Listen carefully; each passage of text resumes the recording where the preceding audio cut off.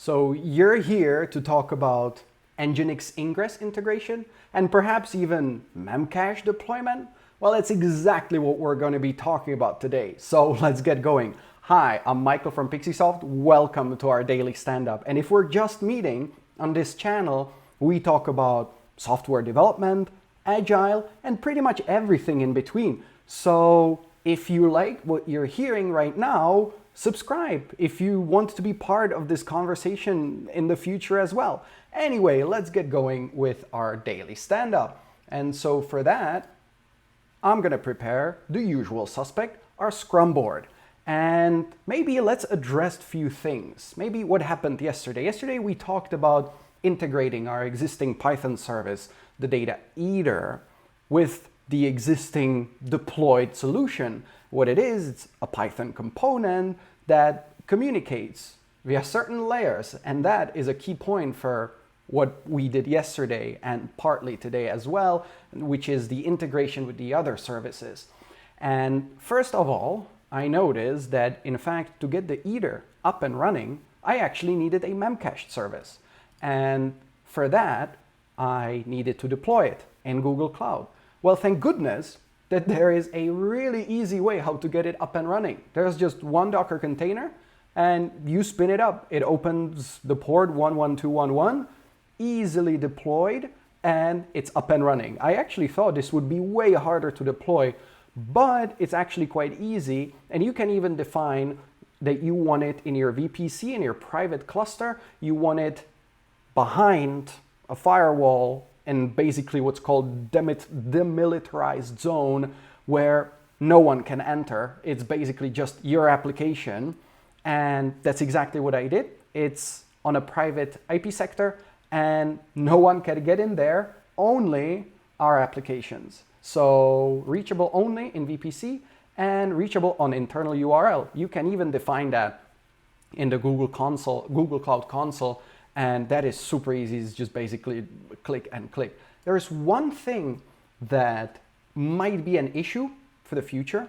And that is that, again, as I usually go up front and tell people, it is a sort of vendor lock-in because I did it by hand. I just went to the Cloud Console and I just clicked deploy and there it was. But there's no automation. If I want to do this again, if I want to reproduce this thing, I have to do it again manually.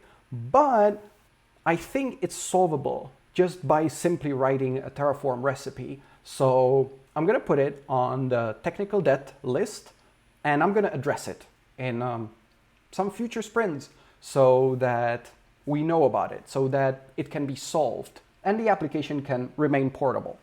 Now, back to the Dataeater. What happened there was that I needed to verify that it actually communicates with other services. Now, there were certain issues with the Eater, and to name a few, just the most interesting ones. For instance, as you know, or you might not know, Pixeesoft is a Swiss startup. So we pride ourselves in running everything in Switzerland. And so we're running our platform or our application in the Zurich region. And for some reason, I wasn't allowed to create more than 4 clusters in the Zurich region. Now, I will tell you up front, none of my clusters are of any huge size. They're basically either 1 or 2 nodes. So that means that they're pretty tiny. That's really just like 5 CPUs. And yet Google Console told me, you cannot spawn any more instances. You would need to increase your quota to 25 CPUs. Wait, I'm using only 6. So how can I be using more than I'm allowed? And maybe it's in an auto-scaling policy. I don't know. But all of the scaling inside the clusters is currently turned off. So it might be a bug or it might be something that I didn't spot in the console. But I had to ask to increase the quota to 25 from 24, and now I'm using 7 CPUs. That's a huge step. Anyway, so I got the cluster going and it communicates with Feeder, with Memcached, and it communicates with Eater. Now, the problem was that I'm using an NGINX Ingress controller to integrate all services together. The problem is that what I didn't know was if you look into the YAML file, I might need to increase the size here. If you look into the YAML file right here, the ports, this is a key part. It will reroute everything that runs on top of HTTP. And I didn't quite see this one coming. And so what happened was when I deployed the Dataeater, the feeder needs to talk to it. And it doesn't talk to it through HTTP. It talks just by simply opening a socket and sending some binary data. And that got me good because I was debugging it and I was looking at it. I was like, what? It arrives at the load balancer. The data is there. I can see it. I could see it in the log. And I was telling myself, what's going on? Why doesn't it go through to the service? Because it wasn't an HTTP service. And so what I had to do instead was that I again created a load balancer for the deployment that was only in the internal IP circuit so that the internal service-to-service communication would happen over this protocol, but only inside, and no one else could come from the outside. So in fact, I got rid of this ingress and I pretty much don't need it anymore. But that was quite eye-opening, and yeah, it got me good. I spent like 1 to 2 hours on it, trying to pull my hair, be like, what's going on? So this one is done. And now we have the last one in the room, right? The usual one, the one that I always talk about, the one that was also with the feeder, and that is the Docker file in Bitbucket. Now it's finally safe to say, now I'm finally confident that I can commit it to Git, because now the container is final. It's finished and it works. And I wouldn't want to commit bad code that doesn't run properly or code that runs a little bit.